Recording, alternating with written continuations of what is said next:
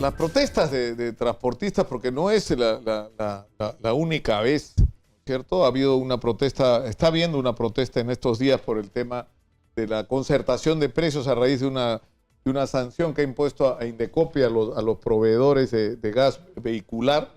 Pero por el otro lado ha habido también una protesta hace poco de los camioneros y de los transportistas en relación al tema del precio del diésel en el Perú. Y eso nos lleva, y por eso hemos invitado al señor Ceferino Yesquén, presidente de Perú Petro, para hablar sobre lo que está pasando con el abastecimiento de combustibles y la producción en el Perú, ¿no?, de hidrocarburos. Bienvenido, muy buenos días. Buenos días, Lucas. ¿Cómo estás? Buenos días. Sí. ¿Por qué no nos resume usted en cifras cuál es nuestra situación? ¿Cuánto petróleo estamos consumiendo y cuánto estamos produciendo? Ok.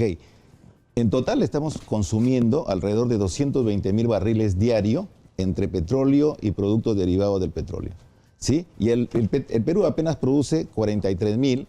En los últimos días hemos estado inclusive con una producción de 38,000 barriles por día de petróleo, cuando hemos sido un país que ha producido 200,000 barriles de petróleo hace unos 30 a 35 años, ¿sí?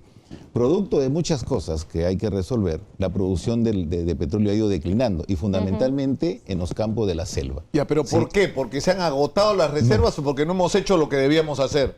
Dos cosas fundamentalmente. Uno, la continua parada del oleoducto norperuano ocasiona que no haya producción continua de la selva. Y por otro lado, hay algo que es importante decirlo, señor Lucar, que es, hemos descubierto unos campos hace más de 10 años, ¿sí? Y por cuestiones de demoras en los permisos, demoras en las aprobaciones y también por algunos problemas generados de relacionamiento con las comunidades, estos lotes todavía no entran en producción. Son el lote 67, que lo tiene Perenco, y el lote 64 de IOPAR. Esos lotes, como le digo, han sido descubiertos hace más de 10 años. Y con esa o sea, ahí hay petróleo. Hay petróleo descubierto. ¿Y cuánto se podría sacar de ahí? Entre los dos lotes, yo estoy seguro que se podrían producir entre 60,000 y 70,000 barriles por día.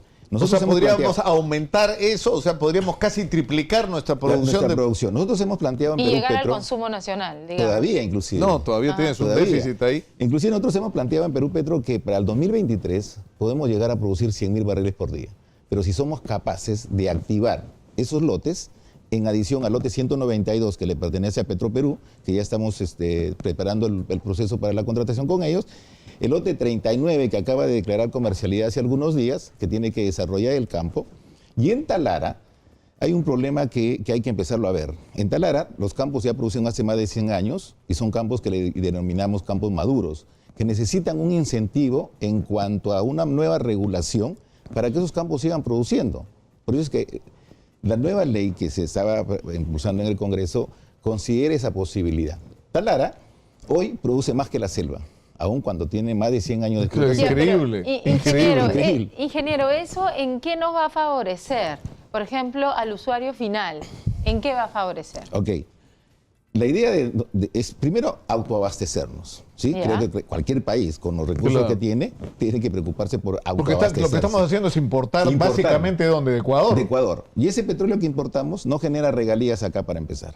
Y como bien decía el señor Villanueva, esas regalías se distribuyen después en canon que tiene que ser usado para mejorar el estatus de vida de las comunidades alrededor de las operaciones, ¿sí? Y nos cuesta más. Y nos cuesta más importar. Y por otro lado, la refinería de Talara, donde se está haciendo una inversión de más de 5,000 millones de dólares, tiene que usar el producto nuestro, tiene que usar el petróleo. Claro, porque si proyectamos la situación actual, esa refinería va a servir ¿para qué? Para importar crudo. Para importar crudo y terminar de procesarlo acá. Crudo importado, cuando lo tenemos acá.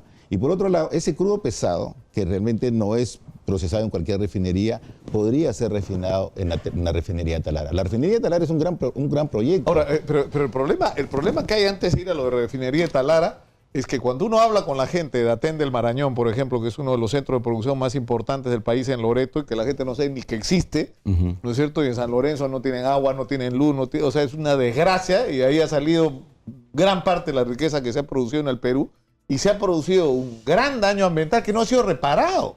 Entonces, tienen razón la gente de las comunidades cuando desconfía. cuando se molestan, ¿no es cierto? Porque no han cumplido los compromisos asumidos con ellos. Debo reconocer que se han generado impactos, ¿sí? Producto quizás de algún mal comportamiento y de una falta más permanente de control de las entidades del Estado. Ahora, esos impactos ambientales han generado esa tensión social. Con lógica razón, las comunidades reclaman que no han sido atendidas. Lo que dice el señor Lucas dice exactamente, uno va, yo acabo de llegar, hace 2 días estaba en una comunidad cerca a Talara, la comunidad de Miramar, ¿sí? Cerca hay un campo petrolero. Está trabada la perforación de pozos de hace 4 años, porque no nos podemos llegar a poner de acuerdo entre la comunidad y la empresa, y lo que reclama la comunidad es, pues, aquí han explotado años petróleo, hemos cambiado los campos agrícolas por petróleo, esperando mejor desarrollo para el pueblo, pero el pueblo no desarrolla. ¿Por qué? Porque el canon que se genera ahí no llega directamente a esa comunidad. Entonces, lo que hay que hacer ahora es cambiar esa distribución del canon.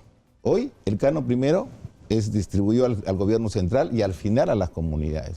Creo que hay que hacer al revés. Eso hay que reformularlo, reformularlo. ¿no es pero también se dice que hay que reformular, y es una discusión absolutamente pertinente, porque cuando se diseñaron todos los contratos de concesión, era cuando éramos unos apestados. Pues, ¿quién quería invertir $1 en el Perú? Que era un país que perro muertero por el gobierno de Alan García, que no pagaba sus obligaciones, ¿no es cierto?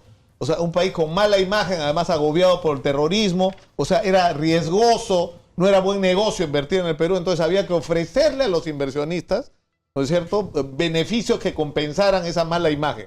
Esa ya no es la situación. Exactamente. Eso ya cambió. Exactamente. Hoy tenemos un país con variables macroeconómicas que te permiten competir. Pero en cuanto a legislación, condiciones para invertir en petróleo y gas, todavía no somos competitivos. Colombia, Brasil y Argentina son los que se llevan la mayor cantidad de inversiones en América Latina. Porque nosotros todavía no hemos actualizado las normas, no hemos actualizado procedimientos, no hemos sido capaces de atraer más inversiones, aún con el potencial que tenemos, ¿sí? La idea en Perú Petro es tratar de empezar, claro, o sea, uno ya no puede llorar sobre lo que pasó. Yo creo que eso tiene que enseñarnos a qué cosa tenemos que cambiar hacia futuro. El futuro hay que empezarlo a crear. Nosotros somos muy optimistas en Perú Petro de que podemos volver a producir 100.000 barriles. Y el gas, que es otro tema interesante, claro, que hay que tocarlo en detalle, de repente en otra oportunidad, necesita otro enfoque, porque nosotros más bien exportamos gas.